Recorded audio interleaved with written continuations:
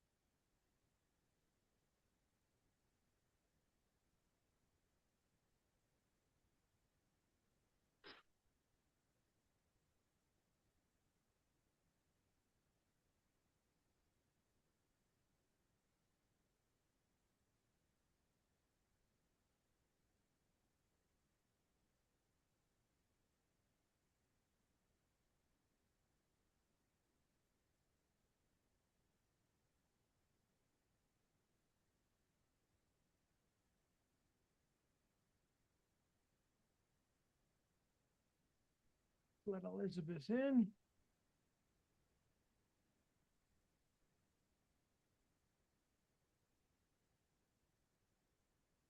How do I address you? Are you Richard, Dr. Dugan, Reverend Dugan? What do we got? Oh, I considered the possibility of Oracle, but that's been taken. Okay. Oracle. Oh, Elizabeth, how are you, dear?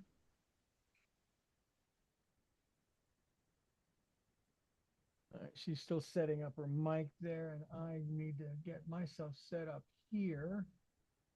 There. Oh, okay, fine. Do do do do do.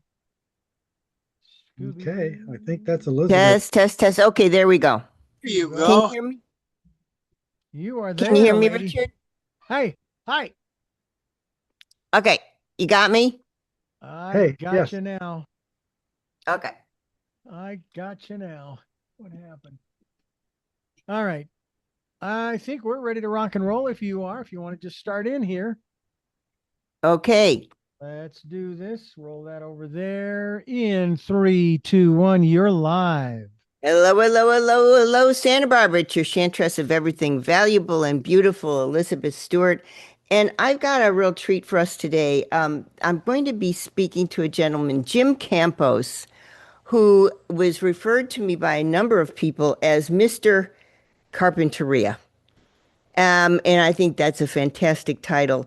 Turns out that Jim has a lot to do with things that are happening on the cultural level in Carpinteria. And there's a story behind this. We talked on the phone about some things that he was studying at the moment. I want to bring that up too, Jim. But a little introduction.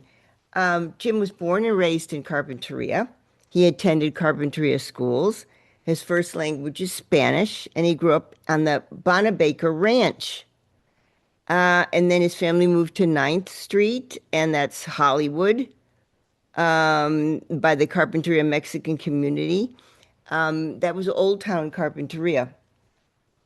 Anyway, he earned a PhD at UCSB in educational psychology. He had a 35-year career in the Carpinteria Unified School District. Couple of achievements. He established a Title VII preschool program for Spanish-speaking children. Another feather in his cap was that he used the methodology of Dr. Jim Cummins of Ontario Language Institute in Canada. And the final 13 years of his CUSD career, he used Cummins' methodology, which was only a hypothesis at the time, and he took it a next step up. It's now considered a maxim in bilingual language education.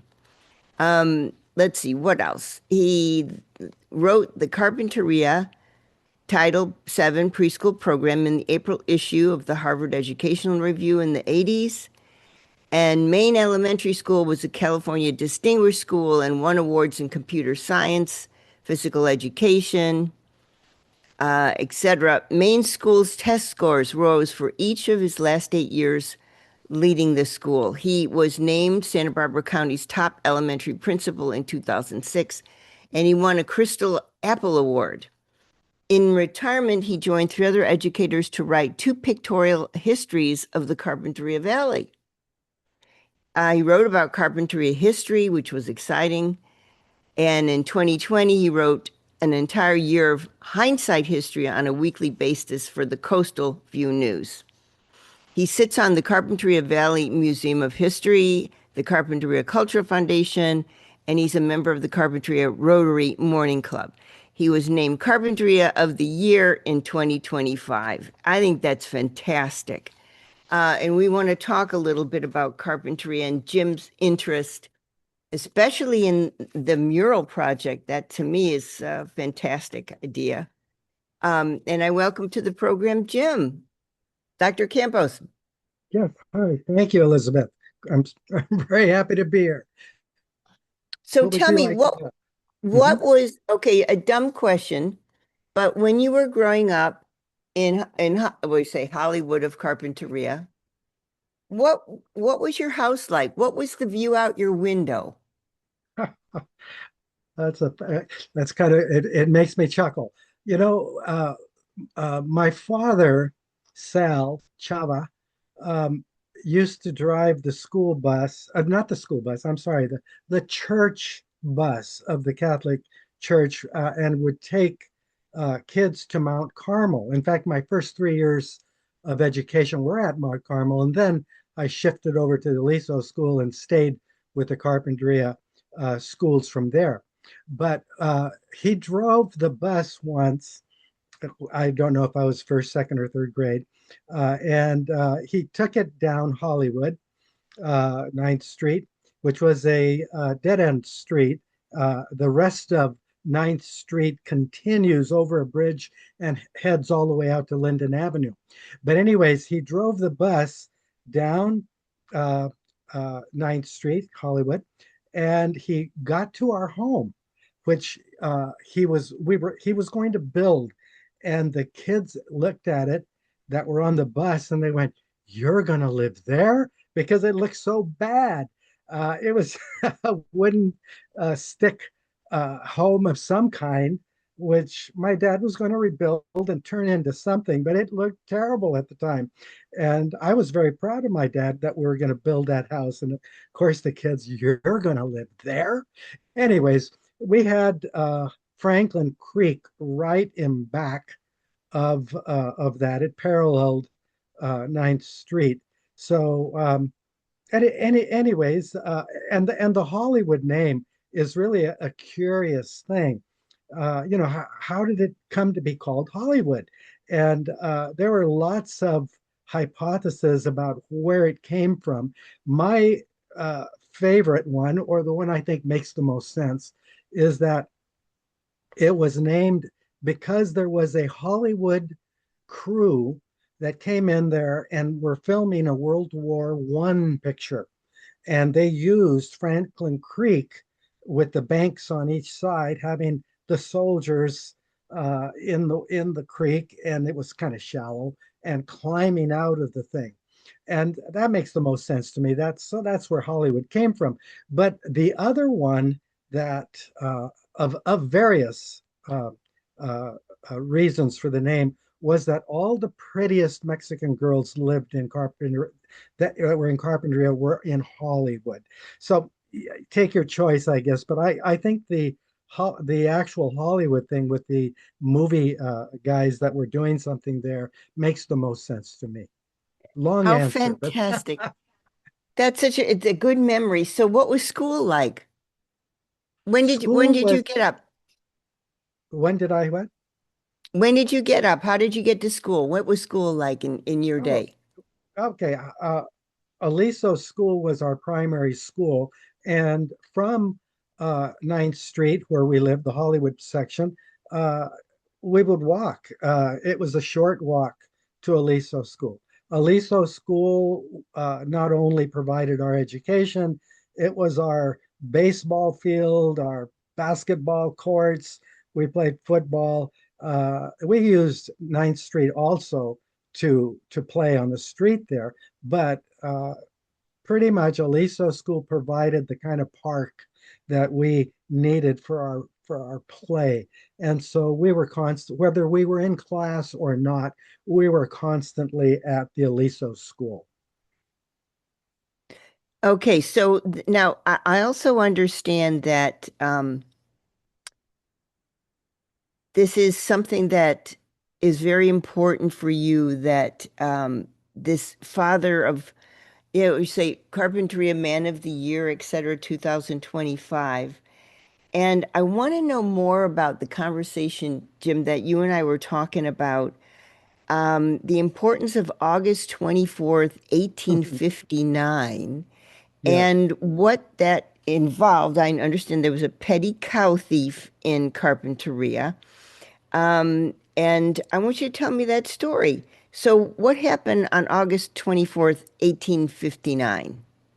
Well, on the evening and you know, it's hard to figure out if it was the 23rd or the 24th because but and you'll understand in a couple of seconds why.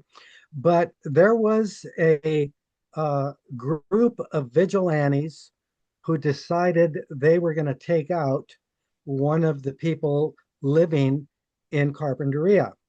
And they chose a man named Francisco Badillo. And he he has a real interesting profile, I guess you want to say, in the history of Santa Barbara County. And there are a lot of people that have not very nice things to say about him on both the California Spanish speaking side and on the American English speaking side. Uh, but the guy must have been very, very unique. And the vigilantes, I don't think, knew the history behind this man. And so they triggered a real catastrophe crisis in Santa Barbara County.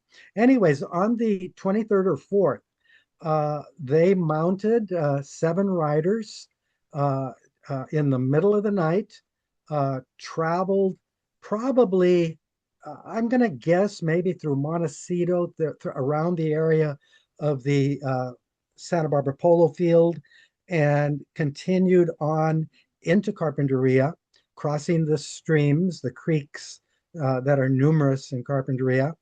And they reached Carpinteria Creek, where Badillo had a cabin, and he was living there with 3 of his sons. He had a slew of kids, and he had 3 of them with him. One was 16, and the other 2 were 13 and 11. The 7 riders that came in, went to the house, opened the door, pulled Badillo out of his house, dragged him out, him and his 16-year-old son, walked him or dragged him something about 500 barras, and a barra is a little bit shorter than a yard, but I guess we can consider it a yard so that we have an understanding of how far they traveled. But they pulled him out of the house, which was right on Carpinteria Creek by the 8th Street Bridge today, and they took him to an oak tree, found the branch, threw the rope around it, and they hung both Francisco and his son Eduardo. And the two little kids, the 11 and 13-year-old, somehow must have gotten a glimpse of the riders. And it was a dark night. We looked up the date in 1859 to see what kind of a night it was. Was it a full moon or whatever? It was the sliverest of slivers in the moon. So it must have been extremely dark. But the children obviously were able to make out the riders in some way. Anyway, so they hung Badillo that night. And the kids that they left alone ran to what was called the Ranchero Resort, where a man named Henry Daly was keeping house there. And I guess if they were travelers, they might stop there. They might eat there. They might buy some things there. But they reported to the man that their father had been killed. And so he pointed them in the direction of Russell Heath. And if you're any kind of historian of Santa Barbara, you know who Russell Heath was, because he was, for a while, he was the sheriff of Santa Barbara County. He also was the district attorney. He was sent to Sacramento for a term of something. Anyways, a big man there who settled in Carpinteria in only 1858. So he had come to Santa Barbara around 1850 and became a big man in the government, and then was living in Carpinteria and was in Carpinteria. Henry Daly sends him in the direction of Russell Heath. Heath takes the report and then immediately gets a message over to the big wigs in Santa Barbara, who in the morning, have a party, a posse, travel to Carpinteria and find the bodies hanging from the oak tree. Apparently, the Badillo was only a couple of inches off the ground. And so some of the children later, an anecdote of history, say that if they had only let hung him a couple of inches lower, he could have lived. He wouldn't have hung. How could they have done that to our grandfather or something? But anyways, they had an inquiry that morning, and the coroner from Santa Barbara, Dr. James Ord, was there. The mayor of Santa Barbara at the time was Antonio Maria de la Guerra, and so he was present, and a number of writers were there, and a lot of looky-loos who lived in Carpinteria were all there. And I think this is the part that you liked when we were talking yesterday, was that as the inquest is going on, a rider comes by in back of them from the direction of Ventura, heading towards Santa Barbara or Montecito or into Carpinteria. And one of the children yelled out, "Allí va uno de ellos." There goes one of them, one of the ones that had hung our father. And so the five of the men that were at the inquest jumped on their horses, rode out, and started chasing the rider. The rider could have waited for them, but he didn't. He took off. And so there was a chase, and they started shooting their pistols at him, and they hit him 5 times. They killed the horse. The horse tumbled over, and the rider was discovered to be George Washington Stockton Nightover, who was an interesting person in the valley of Carpinteria. He was a hunchbacked, kind of deformed guy, and which is why the kids would have, if they would have recognized anybody, they would have recognized that man. And I think that if they would have left him at the house and not brought him, to do the dirty work, they probably would have gotten away with this without anybody knowing who had killed Badillo. And they hung him as you mentioned as a cow thief. He had killed a cow, therefore he had to go. That was code of the Old West. But that was not the code in California. In California, Santa Barbara had a very good justice system and had a legendary judge, Joaquin Carrillo, and who was history, says was one of the best of the judges in Santa Barbara history, and was well respected and as a fair man.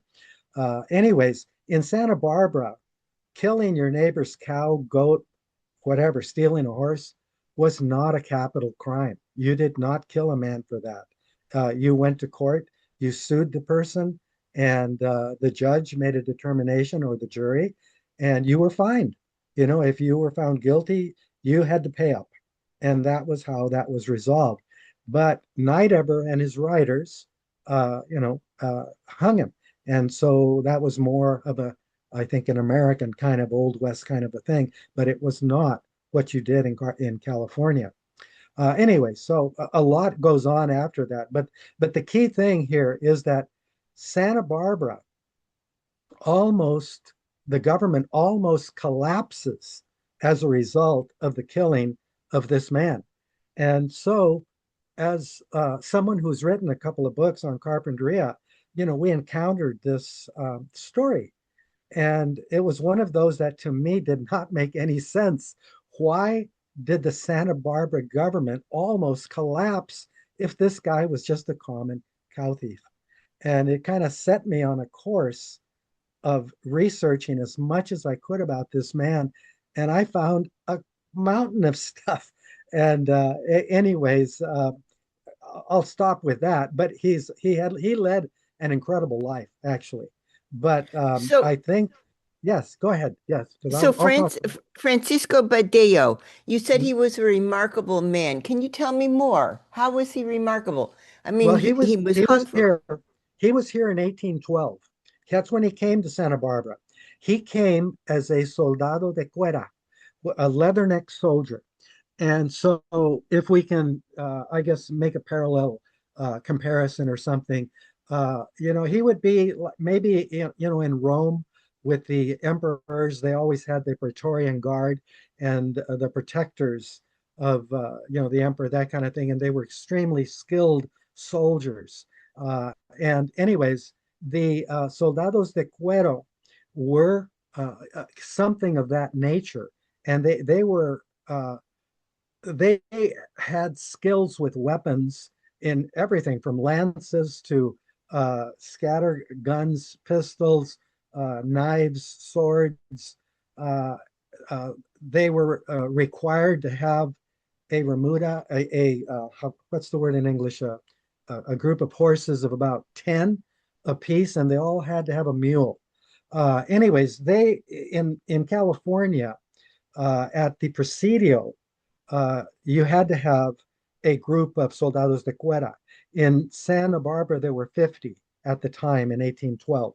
Um, but I think it's very likely that Badillo was one of the leathernecks that protected Santa Barbara in 1818 when a privateer in some places in history, he's called a pirate.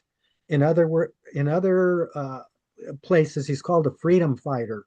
And anyways, he came to California and began to raid the coast, starting in Monterey, which he ransacked, and then went to Refugio, ransacked it, and then came to Santa Barbara.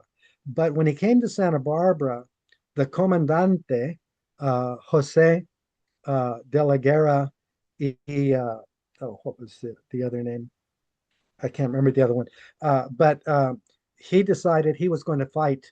Uh, um, oh, now I'm forgetting the guy's name. Um, he was going to fight anyways the privateer who had two ships and 200 men. And anyways, Badillo would have been one of the soldiers that would have been in combat against uh, the uh, the invaders here. They had a ruse which the comandante came up with, which made the 50 look like they were much larger as you come into the marina uh, underneath City College, where the harbor is today. And anyway, so they did movements and things that made it look like there were a lot of them. And when the privateer said, we're coming in, and uh, De la Guerra said, "Oh, we've been waiting for you. We'd love to welcome you. Come on in. We're ready for you." And that gave the guy pause. And he, instead of invading Santa Barbara, they decided to move on to San Diego, and they ransacked San Diego. But I have to believe that Badillo was part of that group of soldiers that repulsed the attack through the bluff, and it created a I think a kind of a status for all of those guys that were in that. Now here's the real interesting part. In 1825, a ship from Mexico, and now Mexico is Mexico. It is no longer Nueva España. It is no longer under the King of Spain. The soldados de cuera were the elite soldiers that protected the presidios for the King of Spain. Okay, but now, 1825, it's Mexico.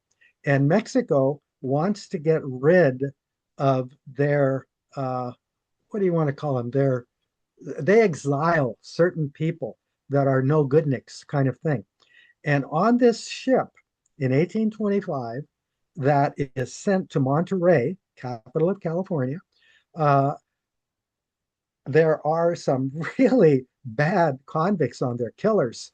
And a lot of them, I think, were probably royalists who probably were on the side of the king who are sent here. But they have no place for them in Mexico. They want to send them to California, which could use a few bodies. And anyways, but Dio is on that ship. Now, how he got to Mexico from being in Santa Barbara, I don't know.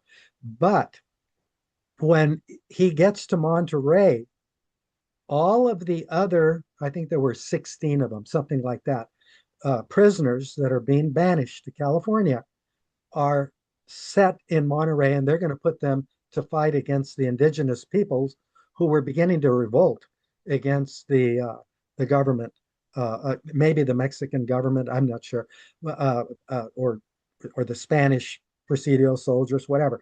But all of the prisoners stayed in Monterey except Badillo. Badillo was immediately recalled to Santa Barbara. So you have to ask yourself, why was this particular prisoner sent to Santa Barbara? And I have to believe that it was the incident in 1818 that did that, and the friendship with the Comandante de la Guerra. And so he arrives back into Santa Barbara, and I can tell you a whole bunch of other things that he does, which are very interesting. But I don't think that the people that killed him had any idea basically who they were dealing with. This is a Ah, man that owned property in Carpinteria, owned property in San Luis Obispo, owned property in Santa Barbara, had a bar in Santa Barbara that he ran. I mean, he had a lot of things that he had done. He was extremely tight with the De La Guerras. Anyways, anyways, oh, I think that's fascinating. So can you tell me the the link to the Niedicker family? Can you explain more yes, about that? yes. In 1855, I think, 1855 or 1856, whatever date it was in the Santa Barbara Gazette. And Santa Barbara Gazette uh, was published from about 1854 or 5 till 1856 or 7. And then it began to publish in 1858, 9 in San Francisco. So it wasn't in Santa Barbara anymore. But anyways, in one of those early editions, um, there was an article there that told that John Marion Nightover, who, by the way, was the brother of George Nightover, the very famous George, who found the Lady of the Island of the Dolphins, which is so, famous. All fourth grade kids read it. Anyways, he was the brother of this guy. Anyways, John Marion Nightover ran for city council in Santa Barbara, which it was called the Ayuntamiento. And he actually won in the election to sit on the board, on the council. And the mayor at the time was Pablo de la Guerra, brother of Antonio Maria.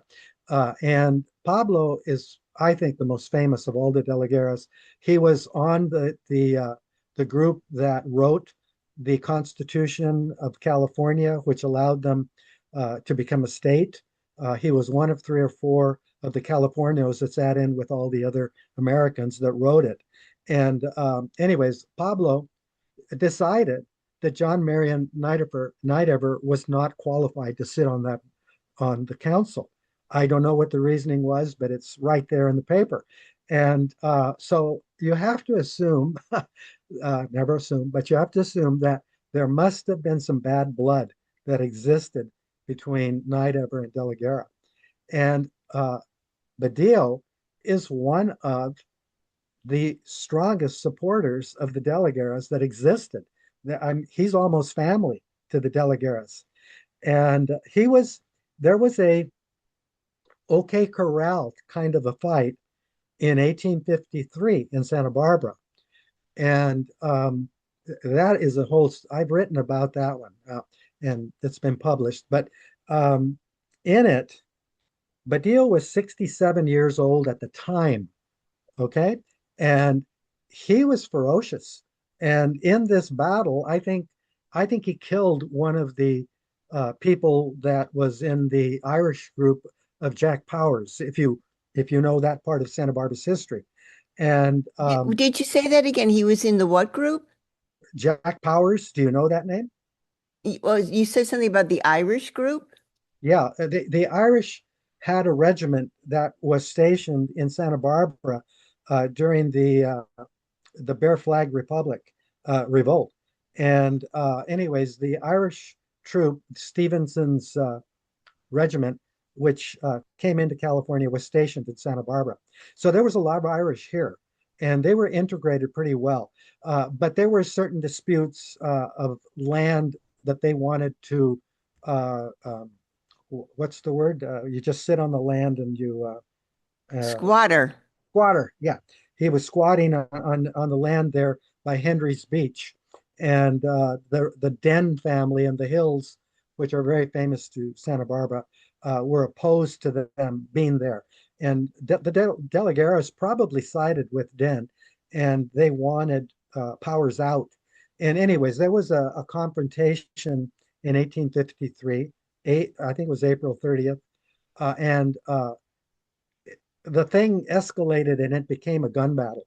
And I think Badillo killed one of the men of Powers, and was again the papers in the North talk about a Spaniard who was, I guess, pretty formidable. I think it was Badillo.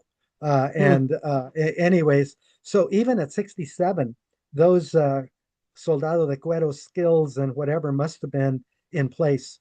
And so I kind of think that Nightover probably targeted Badillo because he moved to Carpinteria, and I think things were getting hot. And he moved himself out of Santa Barbara, kept his family on State Street, and so his wife was tending to the children and the whole thing. And Badillo isolated himself in Carpinteria. And so I think that despite the fact that he was stealing his neighbor's cows, he was doing that. There are papers in court where the Rodriguez family sues him for stealing one of their cows. Well, he steals the cows, butchers them, and eats them. Anyways, he probably did that to Night Ever too. But Night Ever, I think it was probably an assassination. I can't prove that, but I think that there's a link there.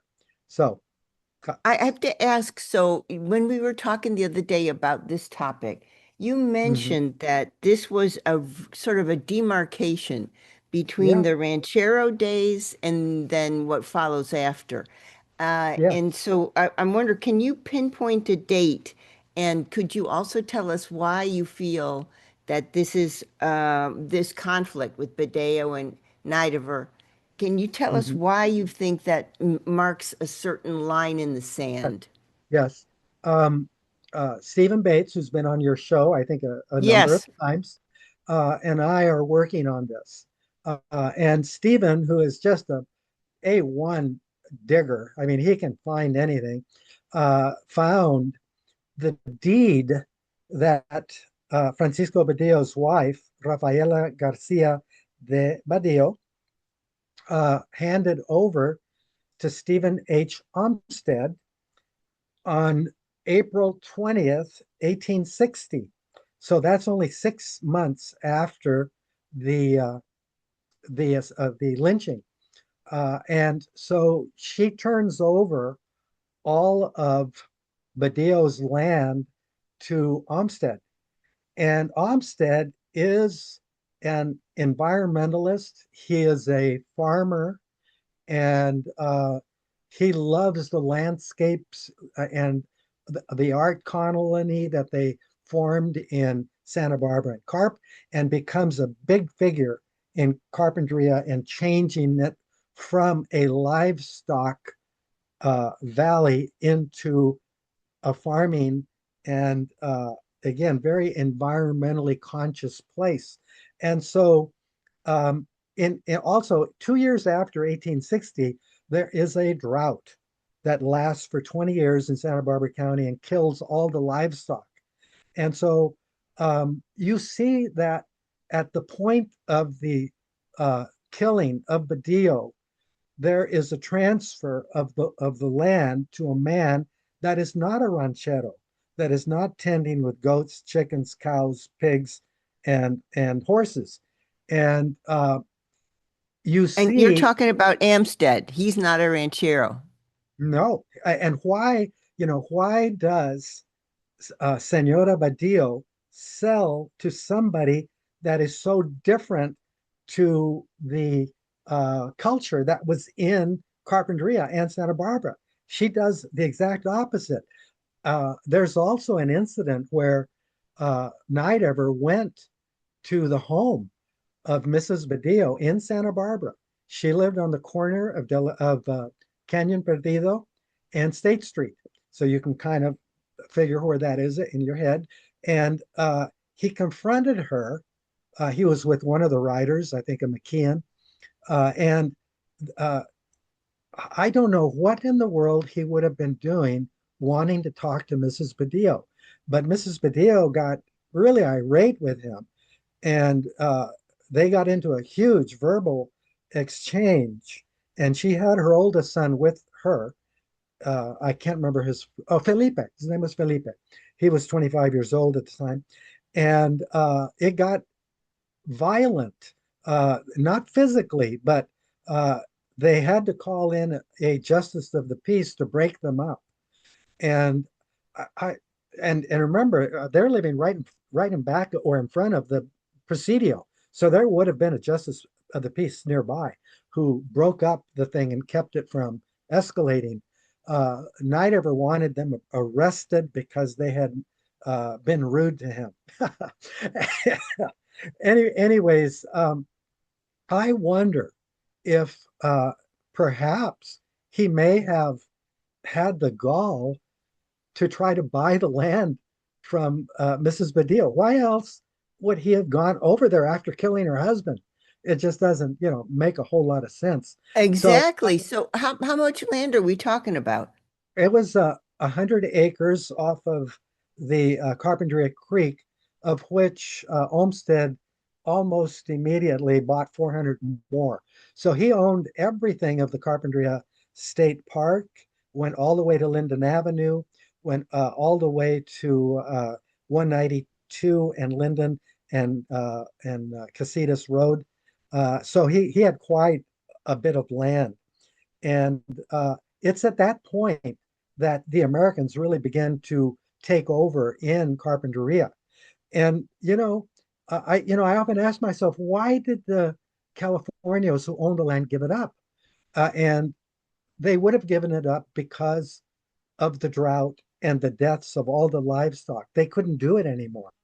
But the farmers could, with all of the, I forget what you call the land that has the underground wells under it, but they were able, to punch holes down and create artesian streams that would jump out and that kind of thing. So they could do a lot of farming with the ground kind of crops. And so crops in Carpinteria initially are the lima beans, which Carpinteria becomes the #1 place in the United States for lima beans with the Fish family, the Browns, and Olmsted and all of that, and Heath as well.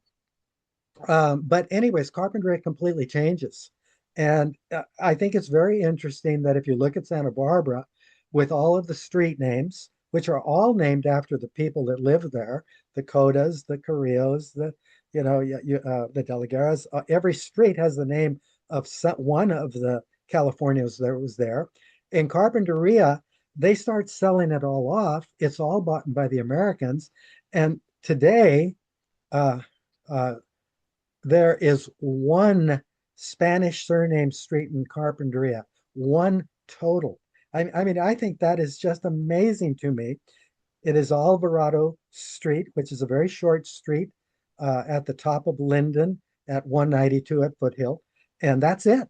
And I think that's telling us something there. But anyways, 1859-60 is a point of demarcation where the ranchero era ends in Carpinteria at least, and probably throughout Santa Barbara County, I think, and it becomes now, Los Americanos have taken over. So that's what we're kind of Steve and I are kind of going to look at that. I think that's fascinating. And Richard's telling us we got to go to quick break. But when we get back from the break, I want you to characterize, if you can, Jim, the lifestyle changes. So between the Californios and the Rancho days, and then the Los Americanos, that characterize that for us, how that changed in Mhm. Carpinteria, and maybe even Santa Barbara too. Hey, Richard, let's go to quick break. We get back from the break. I have to say, this is a fascinating conversation about the history of Carpinteria. We've gone back to 1820. Fantastic. And I'm with Jim Campos, who's Mr. Carpinteria. Can't wait to hear what he says about the difference between the California way of life and the Americano way of life. Don't turn that dial. Back in a minute.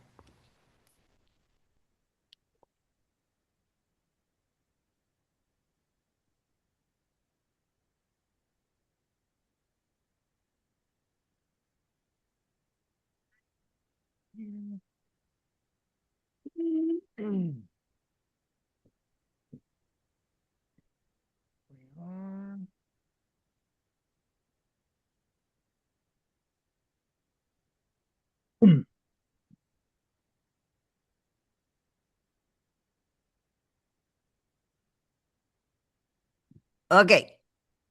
All right, here we go. In three, two, one, you're live. Welcome back. It's Elizabeth Stewart, and I'm talking with Mr. Carpinteria today, Jim Campos. Actually, he was named Carpinterian of the Year for 2025. And with Stephen Bates, who's been on our program, Stephen just wrote a book about the Rincon area. And it was fascinating. I had a great time interviewing him, especially because his family was so closely involved with that area.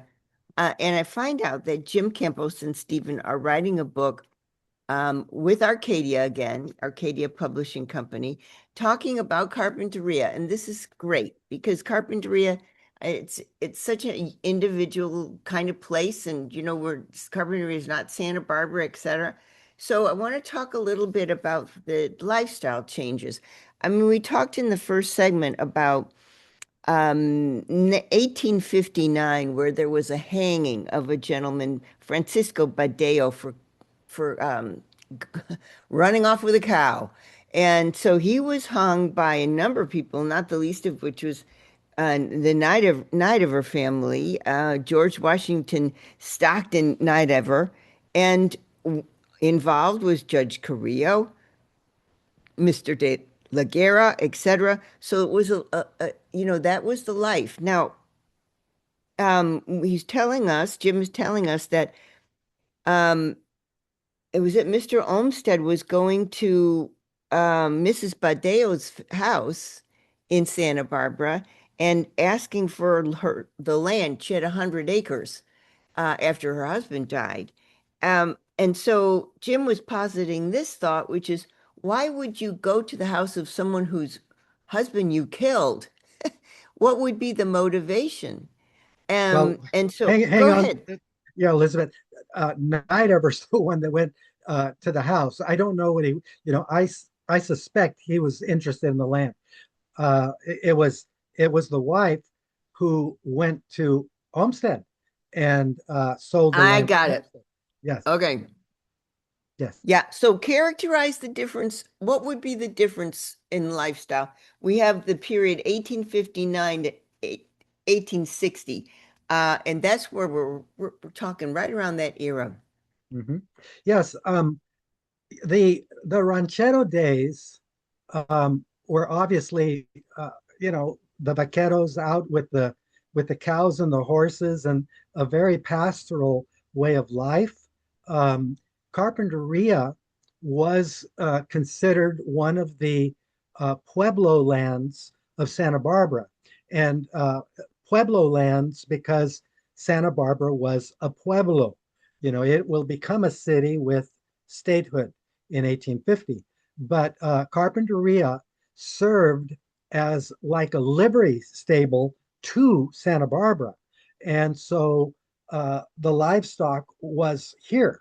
And probably also it was the same relationship, I would think, in North County as well. But anyway, so Carpinteria served as the Pueblo lands, and it provided then the places where they raised their cows. And yet, when the gold rush hit in 48, the cattle herds were being driven to the gold fields to sell, and they were getting rich, with that. But the women that lived in the valley, they liked their gardens and things like that. But it really wasn't a farming agricultural community. So there was a difference in lifestyle in that way. Also, is that there was no education. There weren't any schools, and here's an incident that I read in a book, and I just loved it, where one of the Californias was watching a little boy who had a sandwich in Santa Barbara. And that boy took his sandwich and he traded it for a copy of the Santa Barbara Gazette. And one of the Californios noting this said, they're going to eat us alive. Look at the way that kid just gave away his sandwich so he could read a newspaper. Well, the people that were literate in Spanish or English or whatever in Santa Barbara County and in California were a real small percentage. And when the Americans came in, I mean, they were very much into their literacies skills and such, and schools. And so you didn't have that with the California culture either. So Do you um, mean literacy? In California culture, there's not a lot of literacy. no, they even recognized it. They said, it's always sunny here. In fact, some of the Americans that wrote in their diaries and said, God, it is so easy to just fall back into this lifestyle and get and the leisure times that are available to us, that we don't have to, you know, depend on these other more these skills that require education. And the guys that were in power in of the Californios to educate their kids, they would send them to Chile. And so, like the De La Guerra kids were all educated in Chile, and so they, you know, they'd get educated there, learn to read, write, and then come back and keep, you know, the higher offices in California. But with the Americans, they brought in a whole, you know, different mindset, and again, they recognize it's pretty easy to get sucked in to the sunny days, the, you know, the beach, and all of that. Um, so uh, with the when Olmsted buys the land and takes a big chunk of it, and I would think it begins to encourage other people with a farming kinds of interest to come in. That starts happening about 1868 or so. You begin to see people like the Baylards, uh, uh, the oh gosh, I'm going to start blanking here. I know so many of these names, but also uh, Henry, what's the great artist from here? Chapman Ford. Henry Chapman Ford, who is one of the big artists of the era. He lives with Olmsted. He lives on the Olmsted uh, homestead and stays there for a number of years before moving to Santa Barbara. And I think Ford is one of the originators of the societies for environment, whatever, in Santa Barbara. And anyways, Carpinteria becomes a big part of that movement. And Russell Heath, who I've mentioned a couple of times, he has one of the monuments in Carpinteria still, his house, a great big mansion that was built over an adobe. And the remains still are at Eucalyptus Street in Carpinteria. And so you can visit it and you can see a little piece of the adobe and a little piece of the mansion. But it was a magnificent mansion. And that was where some of the gatherings were to these people who were interested in, you know, making Carpinteria a really beautiful place. Um, but with the drought, kills all the livestock, the California selling everything off, the Americans taking over basically, and very few Californios left at the turn of the century. There were less than 100 of them in the entire Carpinteria Valley. And they do come back because farming booms and they need labor. And so the natural labor was to go back to the Spanish speakers. And probably the Spanish speakers start bringing the relatives back into Carpinteria, and you have a great big immigration trend into Carpinteria. And so the Spanish speaking population gets revived.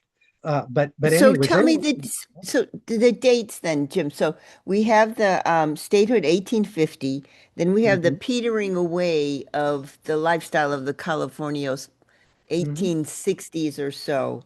And 60s then and we have, going forward. And go also ahead. remember, the Civil War is going on in 1860, and the Civil War in ends in 1865, and a lot of the Southerners start coming to California, and they came to Carpinteria. And anyways, there is uh, the Southern Bells and all that. They weren't ready to start. What is it? Tilling the land, growing the food, the Right. crops, and all of that. And so you get a real interesting mix of people. You have the original guys like the Olmsteds and some of those that are coming from New York and parts of the North. And then you have the Southerners that are coming in that are not used to doing the labor, and now they've got to do it. And then you've got the Californios, and the Californios are counted on because they know the land better than anybody. And so they all work together. But I think, again, the Californians start selling the land off because it's not matching the ranchero lifestyle that was there before. And by the end of the 19th century, the 20th century is starting, it now is an American community. And so I think that's where we wanted to get, right? Okay, so the largest rancho that the here's Carpinteria. What was the main rancho of Carpinteria area? That would be the Rancho El Rincon. And that was Teodoro Arellanes, who got a league of land. I can't remember what I can see how big it is, but he wanted 2 leagues. They only allowed him one. And so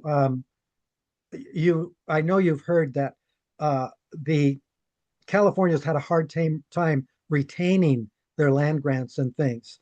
And so Arianes fought for a long time. After his death, they kept fighting to keep the Rancho El Rincon as one big chunk.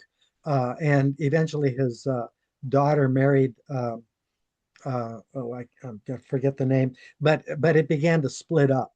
And so you got a lot of people coming in then, dividing up the Rancho El Rincon and the other pieces that had been owned by other Californios. Now, did I kind of wander off too far? I'm not No, sure. that's what I was asking is the California, so lifestyle changes. And then, before we have to say goodbye, I would love to hear Californios marrying, wedding Yeah, Americanos in yes, Carpinteria. And can you tell me the story of maybe two yeah, but or couples? vice versa. I mean, the Rodriguez family, very, very big family in Santa Barbara, and she lived right next. Um, uh, what was her first name? Rodriguez. I'm blanking. Anyways, the Rodriguez lady, the matriarch of that family, was a key person that negotiated with John Fremont when Fremont came in with his troops, and they took Santa Barbara. She negotiated with him and made sure that it was not going to be a bloody kind of a sacking of Santa Barbara, and so she negotiated the peace. Anyways, the Rodriguez family in Carpinteria, they had chunks of land there too. One of her sons, Juan, uh, Juan Jose, I think, Rodriguez, married into an Anglo family. And so he had gosh, and I'm, I'm blanking on the names and things. I can see the lady's face. She's in one of our books. We put her photograph there, but he married one of the English speakers. And so they mixed marriages. There were a whole bunch of them. And I think, so it wasn't just the Americans marrying some of the Latina ladies, but the same the Latino guys marrying the American ladies too. It was something that was done, and anyways, Rodriguez is one. Um, I should know a whole bunch of others, but I'm blanking on you, and I apologize. What was the social status? I mean, were the Americanos equal in status to the Californios? How? No. No. And in 1859, when Santa Barbara almost collapses, the government almost falls, they send in James Carleton. Uh, I think he was a captain or a lieutenant with a bunch of dragoons from Fort Tejon to quell the tense situation in Santa Barbara. And the first thing that Carleton did when he got here was he wrote an incredible um, uh, document about what he found here. And one of the things was there were no Chumash. The Chumash were down to what he said a sickly looking group of about 40. He said they were of no consequence at that point in time. And he also mentioned that the Americans that were here, and they were outnumbered 4-1. And he said they have no tolerance for the ways of the Californios. And that uh, what is it? The rights that they want to give themselves, they do not want to give to the Californios, and that's written down. You can see it. This is from Carlton himself, and he said these people, the Californios and the Americans that are here, have to learn that they are one now. They are American citizens both, and so something's got to give, and they're going to have to start working together because this isn't going to work, with them at each So other's. they didn't get along really. Well, not as famously as, some people have sometimes written, but the people that were in the government in Santa Barbara, they brought in a lot of the Americans to work with them. And that is why you have Heath having all of these positions of power. That's why you have Charles, oh gosh, the real famous judge that sat uh, along with Carrillo. I can't think of his name right now. But they brought in a lot of guys that were English speakers who mixed with the others. So it was a joint kind of a thing. But it got hot enough in 1859 with the death of Badillo that it almost collapsed. And as I say, Carlton wrote about it and he said, hey, you guys are the same. You've got to get it together. In Carpinteria, it eventually gets that way. But we have a number of what do you want to call it, trial periods with the immigration trends that come in. I mean, we had segregated schools here in Carpinteria from the 1920s up to 1947. I'm the child of one of the kids that was uh, sent to the Mexican only school, the Aliso school. But it all worked itself out. Uh, One of the things, and I don't know how much longer I have to go, but I have to say this, especially with the monument that we're putting up, uh, that we hope to put up, is that what we have learned is that Carpinterians help Carpinterians.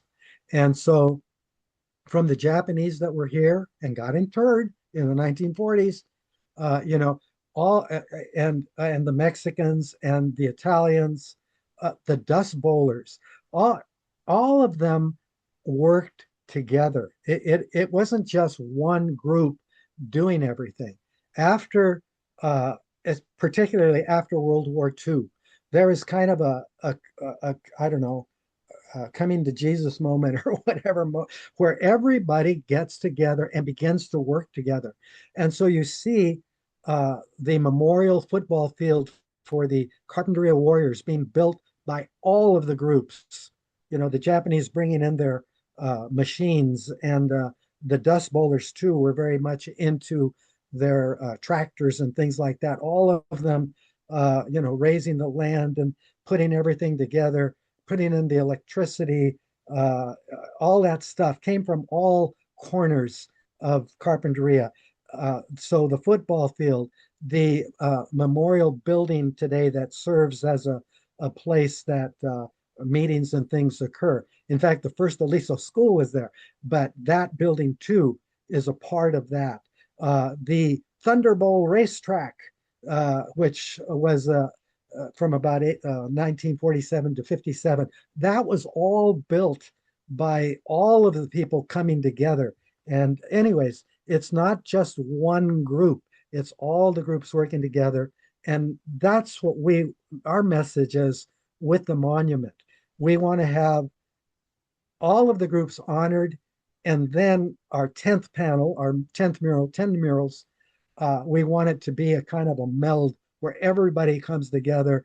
And if you're a Carpinterian, Carpinterians help Carpinterians. It's our birthright. That's So, fantastic. Well, thank you, Jim. I appreciate this. It's not only is it fascinating, but to differentiate Carpinteria from Santa Barbara also is important. So that this has been so enlightening. And so we say goodbye, but I want to have you on again, especially with Stephen as the book kind of comes to fruition. Well, actually, Thank you. what we want to do is make a movie or a video out of it. And yeah, I mean, we obviously are going to have a lot of written stuff, and maybe it will be a book, who knows? But we want to bring it to life in a format that is very accessible to everybody, and maybe we'll be able to put it in our museum if our director is game. Uh, Fantastic. And so and dear listeners, if you got any ideas how to make this come to life, yeah, get in touch with us. And Jim, it's been a pleasure. Thank you very much. okay, thank you, Elizabeth. All right. Thanks, Jim. Okay, I'll send you a copy of this for sure. okay. Okay.